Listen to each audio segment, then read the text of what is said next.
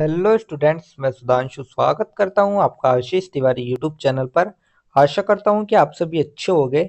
मैं इस चैनल के माध्यम से आप सभी के लिए लेकर आया हूं एक वीडियो लेक्चर सीरीज जो बेस है आपके ऑल यूजी कोर्सेज के 5th सेमेस्टर की अंतर्राष्ट्रीय संबंधों की समझ अंडरस्टैंडिंग इंटरनेशनल रिलेशंस नाम की एक इम्पोर्टेंट किताब पर, जो कि आपका जेनरिक इलेक्टिव यानी कि आपका जीई का सब्जेक्ट है।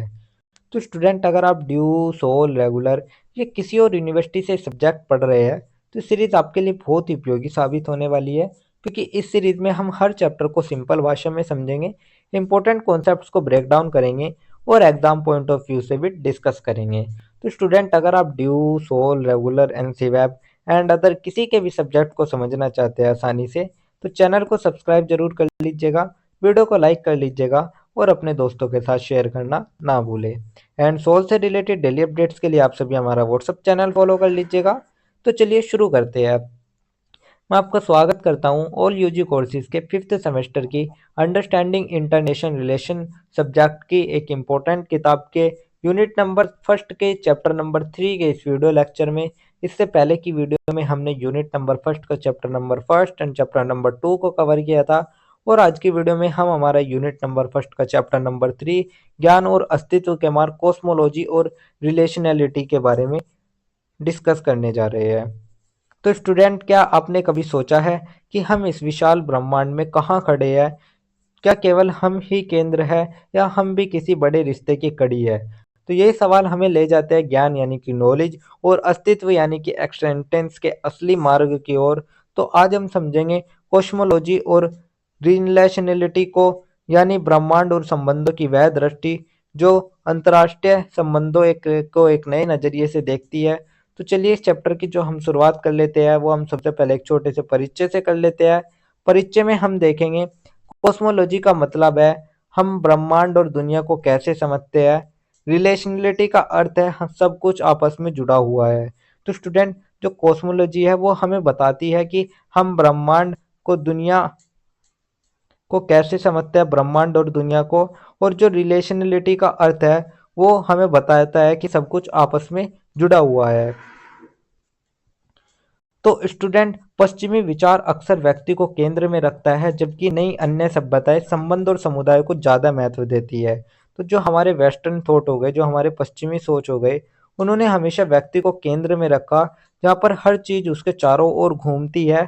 परंतु एशियाई, भारत और अन्य सभ्यताएं कहती है कि व्यक्ति नहीं, संबंध ही असली केंद्र है। तो स्टूडेंट, अंतर्राष्ट्रीय संबंध आईआर को समझने के लिए हमें अलग अलग सभ्यताओं के ज्ञान और सोच को जानना होगा।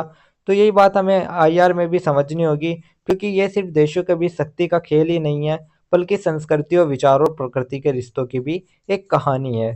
तो स्टूडेंट, यही था हमारा एक छोटा सा परिचय। परिचय के बाद जो हमारा नेक्स्ट टॉपिक आता है वो हमारा आता है नैतिकता, राजनीति और यातना को लेकर। तो अब हम बात कर लेते हैं नैतिकता, राजनीति और यातना को लेकर। तो इतिहास में राजनीति को अक्सर शक्ति और युद्ध से जोड़ा गया है, लेकिन कई परंपराएं राजनीति को नैतिक जिम्मेदारी और मानवता से जोड़ती है। तो स्टूडेंट, जो इतिहास है उसमें राजनीति को अक्सर शांति, युद्ध, शक्ति, इन तीनों से ही जोड़ा गया है। परंतु क्या जो राजनीति का मतलब है वो केवल ताकत ही है? तो स्टूडेंट, कई परंपराएं जैसे कि गांधी जी की अहिंसा या बुद्ध की करुणा, ये राजनीति को नैतिक जिम्मेदारी से भी जोड़ती है। तो यह बताती है कि असली नेतृत्व वो नहीं जो दूसरों पर शासन करे, बल्कि वो जो दूसरों की पीड़ा को समझे। तो यातना, उपनिवेशवाद और दमन यह सिखाते हैं कि राजनीति केवल राज्य की शक्ति नहीं, बल्कि नैतिक प्रश्नों से भी जुड़ी हुई है। तो यातना, दमन और उपनिवेशवाद ने हमें सिखाया है कि राजनीति केवल राज्य की शक्ति ही नहीं है, बल्कि मानवता की परीक्षा भी है। तो स्टूडेंट, यही था हमारा नैतिकता, राजनीति और यातना। इसके बाद जो हमारा नेक्स्ट टॉपिक आता है वो हमारा आता है अंतर्राष्ट्रीय संबंधों को पुनर्परिभाषित करना। तो अब हम बात कर लेते हैं अंतर्राष्ट्रीय संबंधों को पुनर्परिभाषित करने को लेकर। तो पारंपरिक आईआर पश्चिमी दृष्टिकोण से प्रभावित है, लेकिन विभिन्न सभ्यताओं की सोच बताती है कि हमें इसे और कैसे व्यापक रूप में देखना चाहिए। तो स्टूडेंट, आईआर की जो शुरुआत है वो पश्चिमी दृष्टिकोण से हुई, जहां पर ताकत, सेना और प्रभुत्व मुख्य विषय थे। पर अब सवाल उठता है कि क्या सिर्फ पश्चिम का दृष्टिकोण ही सही है? तो स्टूडेंट, विभिन्न सभ्यताएं हमें सिखाती है कि हमें शक्ति के साथ साथ संस्कृति, वो रखा, विश्वास और जीवन शैली को भी शामिल करना चाहिए, क्योंकि अंतर्राष्ट्रीय संबंध केवल राज्यों का ही नहीं बल्कि मनुष्य और समाजों के रिश्तों का भी एक विषय है। तो स्टूडेंट, यही था हमारा अंतर्राष्ट्रीय संबंधों को पुनर्स्थापित करना। इसके बाद जो हमारा नेक्स्ट टॉपिक आता है वो हमारा आता है रिलेशनलिटी का, यानी कि संबंध परकता को लेकर। तो स्टूडेंट, रिलेशनलिटी का अर्थ है कोई भी अस्तित्व अकेला नहीं होता, वह हमेशा दूसरों से जुड़ा होता है। जैसे इंसान और प्रकृति, समाज और व्यक्ति, समाज, राज्य और नागरिक आपस में जुड़े हुए हैं। तो स्टूडेंट, रिलेशनलिटी सिखाती है कि कोई भी अस्तित्व अकेला नहीं है। इंसान प्रकृति से जुड़ा है, समाज व्यक्ति से और राज्य नागरिकों से। तो स्टूडेंट, जैसे पेड़ बिना मिट्टी और पानी के नहीं जी सकता, वैसे ही मानवता बिना संबंधों के अधूरी है। तो अंतर्राष्ट्रीय संबंध भी केवल राज्य राज्य के बीच नहीं बल्कि लोगों, संस्कृति और पर्यावरण के बीच के रिश्ते से बनता है।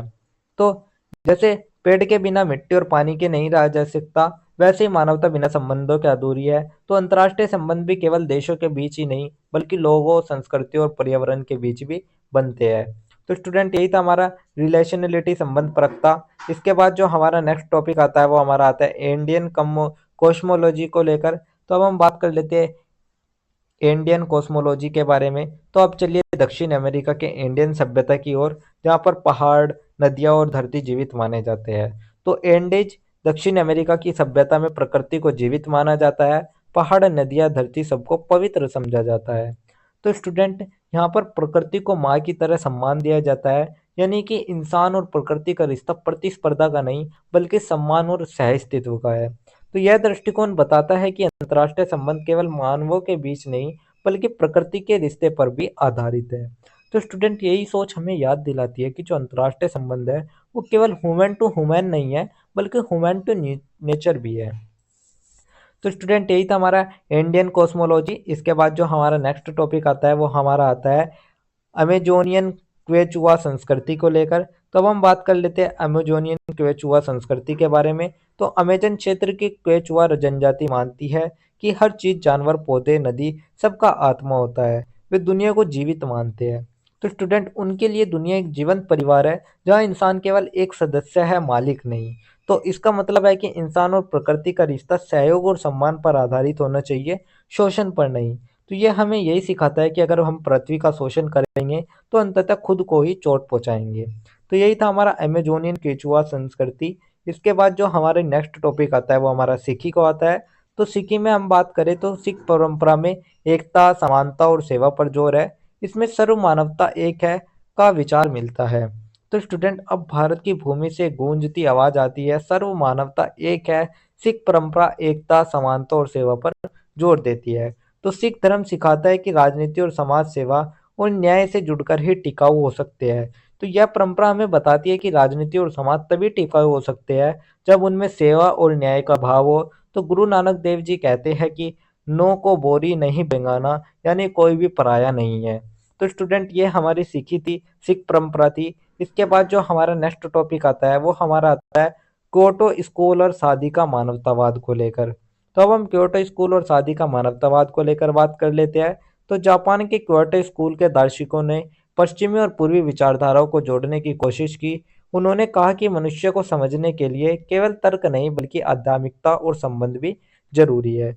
तो स्टूडेंट, क्योटो जापान का जो क्योटो स्कूल के दार्शनिक थे, उन्होंने पूर्वी और पश्चिमी विचारों को जोड़ने की कोशिश करी।